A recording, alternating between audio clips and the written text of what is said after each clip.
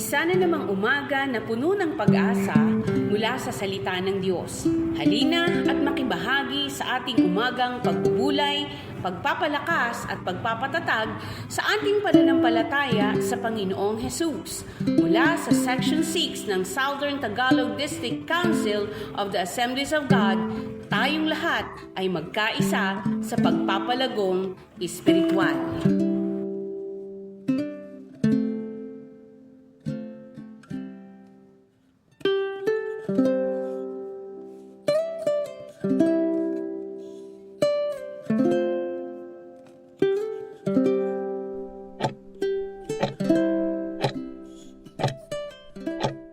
Purihin ng Panginoon sa umagang ito, isang pinagpala at mapayapang araw ng pagmamahal ng Diyos sa bawat isa. At bago po tayo magpatuloy sa ating pagbubulay ng salita ng Diyos sa umagang ito at pananalangin din, ay tayo muna lumapit sa Panginoon sa may klikang magpipray. Aming Diyos sa masalangit, salamat po sa hilingan ng buhay sa araw na ito. Salamat sa panibagong lakas at pagkakataon na mapaglingkuran ka. Tunay nga, nakarapat-dapat na masunod ang kalooban mo at pagharian mo kami dito sa lupa habang kami ay nabubuhay. Samahan mo po kami sa pagbibigay namin ng panahon at pag-aaral dito sa Mateo 6. Kung paano kumikilos ka sa amin dito sa mainland ng Quezon hanggang sa pinag-aabutan ng mensaheng ito kung saan man nakakarating at sa kabilang bahagi ng daigdig o sa iba't ibang bansa ay gayon din naman gumawa ka ng himala, magpala, magpagaling at magligtas. Salamat po. Ito po ang aming dalangin sa ngalan ng Panginoon Kristo ng aming Panginoon. Amen. Kung naalala nyo po, nung nakaraan ay sa verse 10 tayo, na tapos, pero ang tawag ko ron ay 8. Ngayon sa verse 10 tayo ng Mateo 6, B. Yung A natin, ikaw nawa ang maghari sa amin. Dito naman sa Mateo 6, 10, B, iyon ang message ng Panginoon sa atin, sundin nawa ang iyong kalooban. Babasahin ko yung verse 10 ng Mateo 6. Ikaw nawa ang maghari sa amin. Sundin nawa ang iyong kalooban dito sa lupa tulad ng sa langit. Pinagpala ng Panginoon ang salita niya at mga salita niya pang babasahin natin maya-maya na nakatukod sa mensaheng ito ng Mateo 6, talatang 10b. Sundin nawa ang iyong kalooban. Yan po ang pamagat. Ang dalangin na sundin nawa ang iyong kalooban ay nangangahulugan na mataimtim nating minimiti na maganap ang kalooban at layunin ng Diyos sa ating mga buhay at sa buhay ng ating mga pamilya o mga kamag-anakan na naayon sa kanyang walang hanggang nilalayon. Unang-una ay mababatid natin ang kalooban ng Diyos sa Kanya o sa pamamagitan ng kanyang mga salita o ng Biblia. Sa pamamagitan din naman, malalaman natin ang kalooban niya, pangalawa, sa pangunguna ng Banal na Espiritu. Saan? Sa ating puso. At ngayon ay meron tayong babasahin sa aklat ng Roma na mapapansin natin tiyak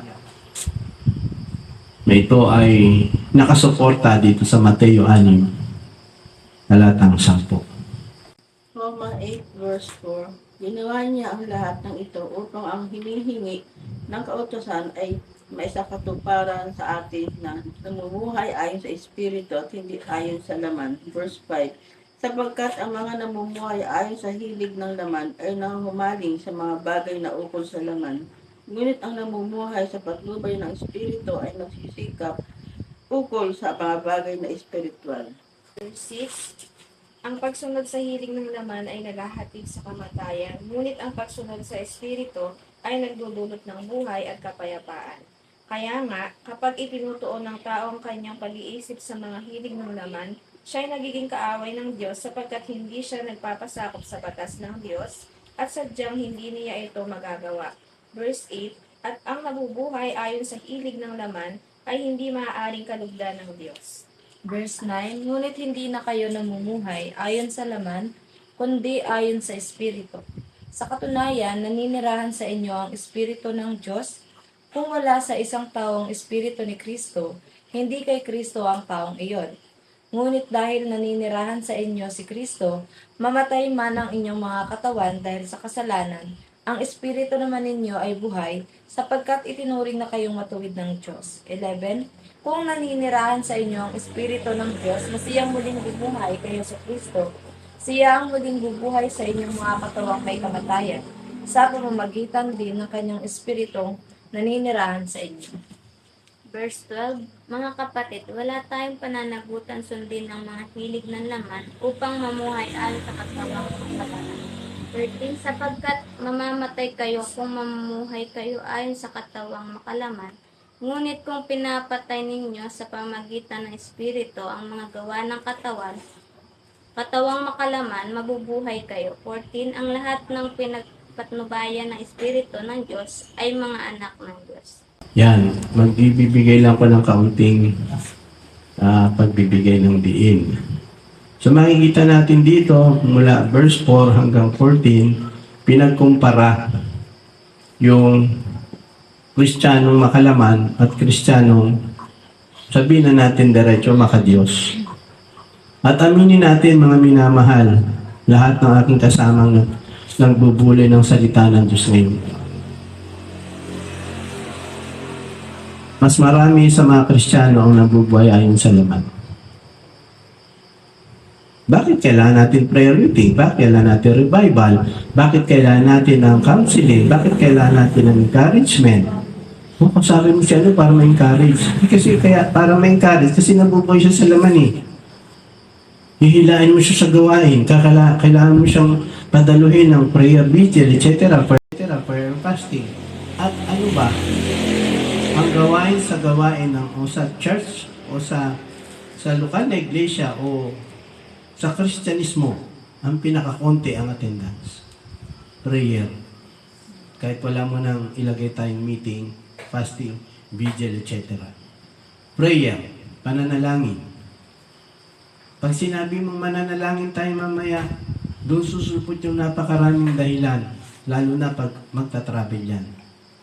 Yung mamaya, pagpalagay natin, yung mamaya ay alas 4 ng hapon. Dahil marami tayo ngayong, lahat tayo halos may cellphone, marami kang matatanggap na, ay, kung pastor ang kausap, pastor, di ako makakarating kasi biglang may pinapasabi si Itay na meron daw akong dapat gawin, aabutin ako ng alas 4 doon sa pinagagawa. Babagsak na tayo eh, laman yun eh. Binibigyan natin ng pagkakataon yung laman, hindi Espiritu ng Diyos. Mamamatay daw tayo. Yung word na mamamatay, prophetically, mamamatay tayo physically, mamamatay din tayo sa spiritual, mawawalan tayo ng gana sa gawain ng Panginoon. Amen. Kaya yung ipapabasa natin mamaya na pang therefore, concluding verse, sa Matthew 6:33, ay makikita nyo doon ang una, higit sa lahat, pag sumakita ninyong pagharian kayo ng Diyos. Yung sinasabi dito na Apostol Pablo, pagharian kayo ng Espiritu Santo, magkamukha yun ang sinabi ni Mateo. Kasi pag pinaghaharian tayo ng Diyos, pinaghaharian tayo ng Holy Spirit, nauuna natin siya, napapatay natin yung gawa ng laman sa buhay natin, nananalo ng Diyos. At tayo ay nagiging naka-Diyos, nang buhay tayo ayon sa kanyang prinsipyo, nasusunod natin at masusunod natin ang kalooban ng Diyos. Napakadali unawain, parang 1+1 eh. Pero pinapahirap ng Kristiyano yan. Sinasabi niya, komplikado. Bakit mo unahin yung Panginoon kung may naghihintay sa'yo? Paano ka magiging patotoo? Hindi patotoo pinag-usapan dito, prioridad. Sino ba talaga ang number 1 sa buhay natin? Marami dito, kahit mga may asawa, ayaw nilang tawaging number 2 na number 1 si Lord. Anong gusto niyong gawin? Number 1 kayo, tapos si Lord number 2. Lahat na ng ginagawa natin pag number 1 ang tao, bagsak na. Buhay na ng laman, patay na yung makidiyos nating pagnanais. Hindi na tayo mananagumpay, mga minamahal. Kayo din na nandun sa kabilang panig ng ating pagbubulay ng salita ng Diyos. Ano man ang inyong sirkumstansya, dapat wala tayong rason na para idahilan. Wala tayong bagay na dapat iharang. Dapat sundin natin ang kalooban ng Diyos. Kung talagang sinusunod mo ang kalooban ng Diyos, sa mag-isa ka o marami kang kasama, pupunta ka sa kalooban ng Diyos. Ano ba ang kalooban ng Diyos? Last ko na lang itong tawag sa atin. Ang kalooban ng Diyos sa mga Kristiyano, humayo kayo sa lahat ng mga bansa. At yung sumampalataya, babautisman ninyo sa pangalan ng Ama, Anak, Espiritu Santo. Tapos, tuturuan. Mission, evangelism, after niyan na nabautisman, discipleship. Yan ang kalooban ng Diyos sa mga mananampalataya. Kung bakit tayo ngayon nasa local church natin, kung bakit tayo ngayon nasa leadership, mga minamahal mga kapatid ko, may nagpagal sa iyo na ginamit ng Diyos. Kaya siya nagamit yung ginamit ng Diyos na yun, walang pangalan na dapat sabihin. Kilala mo kung sinong ginamit ng Diyos sa iyo. Guys, kasi sinunod niyan ang kalooban ng Diyos. O niya, o nila. Amen. Okay. Sa pagtatapos ng ating pagbubulay, pabasa natin ang Mateo 6, talatang 33. Mateo 6 verse 33, ngunit higit sa lahat ay pagsikapan ninyo na kayo pagharian ng Diyos at mamuhay ng ayon sa kanyang kalooban at ibibigay niya sa inyo ang lahat ng inyong pangangailangan. Magsasabi ako ng amen, nasa inyo na po yung umamen kayo sa inyong lokasyon kung saan kayo naroon. Bakit ako umamen? Pumapayag ako na mangyari sa buhay ko yan. Idinideklara ko pag nag-i-amen ako na dapat ang unahin ko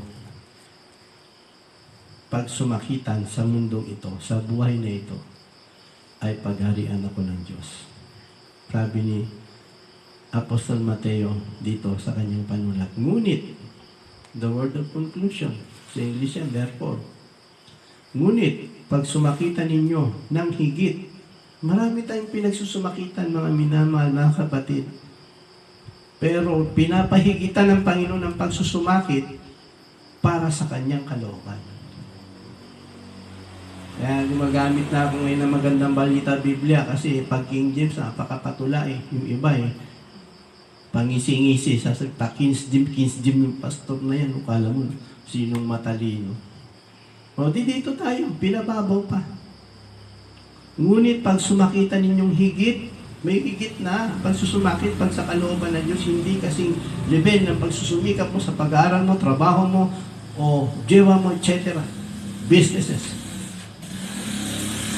Mga katropa mo, kung ikaw Kristiyano pero matropa ka pa rin.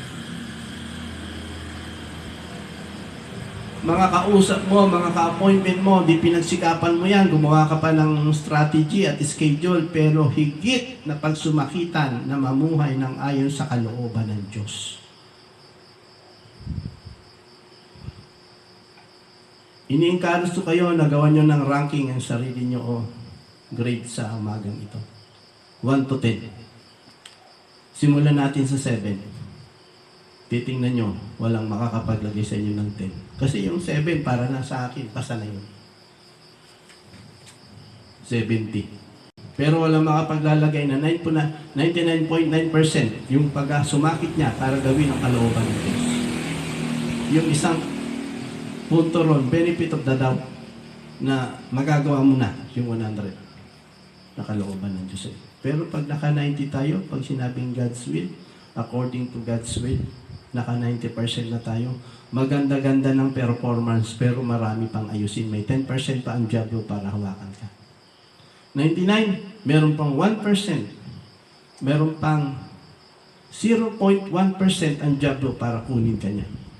Sana maunawaan natin na kapag susumikap sa Panginoon, gawin mo siyang number 1. Lagyan mo ng 2 0 yung 1. 100%.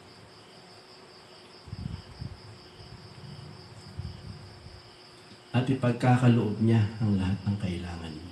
Marami tayong kailangan, marami tayong pinag-pray, pero siguro, kaya wala pa, it depends sa percentage ng pagsusumakit mo sa pagsunod sa kalooban. Kung alam mo namang masidhi ka na, di hintayin mo yung prayers mo. Ibibigay naman pala lahat dito, sabi mo. Ngunit pag sumakitan ninyong nang higit sa lahat, ang pagharian kayo ng Diyos, di nag-ahari na ang Diyos, pinagsumakitan mo na, yun ang top priority, number 1 na siya. Ang kasunod nun, mamuhay ka ng ayon sa kanyang kalooban. Hindi kalooban mo, hindi kalooban nila, hindi kalooban ng denomination, etc., ng organization, ano pang meron tayong samahang sinamahan. At ang kasunod nito ay provision. At ipagkakaloob niya, hindi nila, hindi ng tao, hindi ng ating mga leaders. Yun niya rito ay ang Diyos. Ang lahat ng kailangan.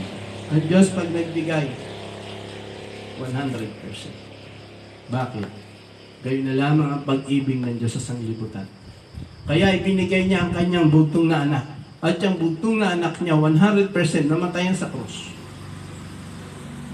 Pagkatapos niyang malagot ang hininga doon, inilibing. Siya pa rin yun, 100% inilibing. After ng 3 araw, complete. Buling na buhay, 100%. Kaya tayo nababago. Kaya tayo may buhay na walang hanggan. Kaya tayo may pag-asa. Kaya tayo pagpapalain ng Diyos. Kasi 100% din si Jesus, ibinigay niya ang kanyang buhay sa ating masalangit. Inuna niya ang kalooban ng Ama.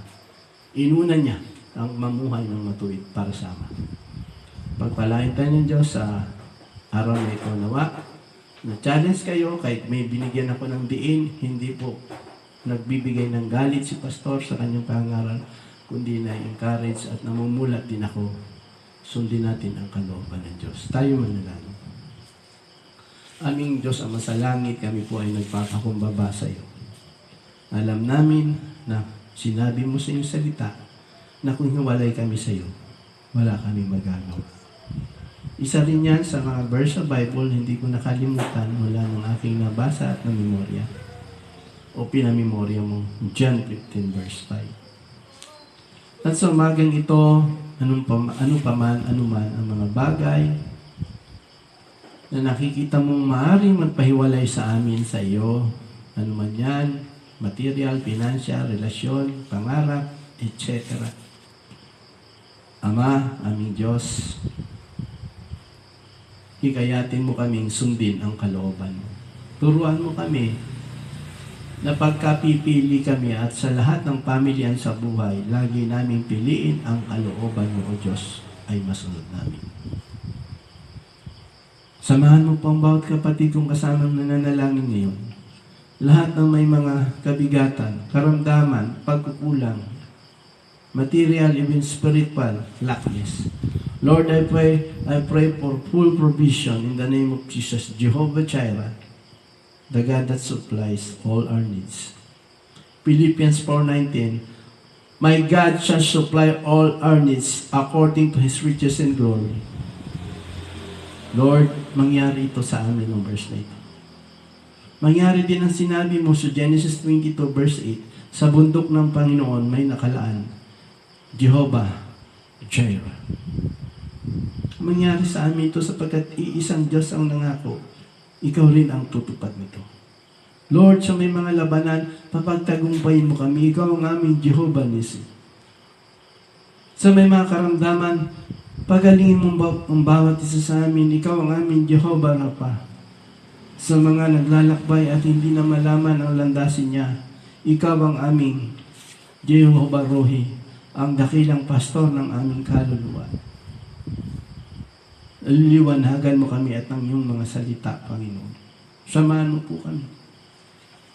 Lahat ng gawa ng masasamang espiritu ay mabuwag sa pamamagitan ng liwanag ng salita mo na aming isinasakatuparan, Panginoon. Thy kingdom come, thy will be done on earth as it is in heaven. Lord, i-bless mo po at papagtagumpayin ang bawat kapatid kong kasama kong nananalangin, sila man ang pastor ng lokal na iglesia, ang kanilang kinabibilangan, o siya man ay isa lang pangkaraniwang manggagawa o isang member ng simbahang ito. Lord, I declare 100% ng pagtupad sa iyong kalooban. Tulungan mo kami sa kakulangan. Gusto mong sukdol Maperpekto namin ang numero na 100% pagsunod sa kalooban mo. Matutunan naming iwanan ang mga tawag ng laman. Salamat po, Panginoon. Pagpalain mo po ang lahat ng pamunuan na kung saan ay kinakailangan mamuno ng may kausayan. Maging ang pamunuan ng Philippine General Council ng Assemblies of God, ang aming tagapanguna rito, ang head namin, sa Gensil, sa Reverend Ray Calusay, at sa HCDC, Sergeant Tagalog District Council, sa pangunguna ng aming Reverend June Mortel at ang kanyang mga kasamahan. At sa amin sa Section 8, siya pangunguna at pangunguna ng aming Presbyter Reverend Bernardo Merli at siya kasamahan niya ng executive leaders sa buong Section 1 hanggang Section 8 ng Southern Tagalog District Council. I pray na pangunahan mo at masunod ang iyong kalooban, Panginoon. I-bless mo po mga kapatid namin dito sa main ng Quezon Province, sa mainland, hanggang sa Marinduque, hanggang sa Pulido Group of Island, mga kapatid namin, mga churches na nandun, hanggang doon sa lugar na malalayong pulo, hindi ko man mamemorya. Lord, samahan mo po ang mga kapatid at mga kamanggagawa. Papagtagumpayin mo po. Turuan mo kaming masunod ang iyong kalooban. At sa bahagi ng aming bansa, Lord, I pray for righteous governance, O God. Mula sa aming Pangulo, mga senador at congressmen, ang mga governors, ang mga mayors, at ang lahat ng mga nasa pamunuan hanggang to barangay level, I declare, O God, masunod ang kalooban mo, lalo na sa mga Christian leaders na napapasok diyan sa politics. I declare, Thy kingdom come, Thy will be done, O God, on earth as it is in heaven. Salamat po, Panginoon. At pinagpe-pray namin ngayon dahil Burmans, Lord, iiwas mo ang bansang Pilipinas sa mga super typhoon. Nagpapasalamat naman po kami na pinalis mo ang opong at minimal lang ang casualties dahil siya po ay isang super typhoon. Lord, maaaring marami pang bagyong darating hanggang December. Iiwas mo kami, Panginoon, at iligtas sa mga malalakas na mga bagyo at ito'y maging pangkaraniwan nilang low pressure, magdala na lang ng ulan sa lupain, pandilig sa halamanan. Ingatan mo ang bansang Pilipinas, Luzon, Visayas at Mindanao. Ingatan mo ang West Philippine Sea. Lord, install mo yung pangalan dyan habang ang mga Kristiyano sa Pilipinas ay nananalangin for your divine perfect will. We declare Jesus is Lord dyan sa West Philippine Sea, sa kabuuan yan. At sa buong iba pang bahagi ng Pacific Ocean, we declare Jesus is Lord. Salamat po. At pinagpe-pray din namin ng Israel, matupad ang iyong kalooban. Lord, at ang mga labanan sa Gaza, at ang pag-reclaim sa area na yan, na alam naman nila, from Abraham hanggang sa panahon ni Malakay, ang Gaza na yan, ang lugar ng mga Philistines, ay binigay mo sa kanila. Thy kingdom come, Thy will be done, O God, on earth as it is in heaven. Salamat po. At sa oras na ito, tatagpuin mo rin po ang panalangin ng mga kapatid ko. Hindi ko man sila nakakausap, hindi ko man sila kilala sa physical or sa pangalan. Katagpuin mo ang kanilang ang kapangangailangan nila dahil susunod sila sa iyong kalooban. Salamat po. Sa iyo ang lahat ng papuri, ang kaluwalhatian, karangalan, sa ngalan ng Panginoon sa Kristong aming Panginoon, ito po ang aming nagkakaisang dalangin. Amen. Amen. God bless po mga kapatid.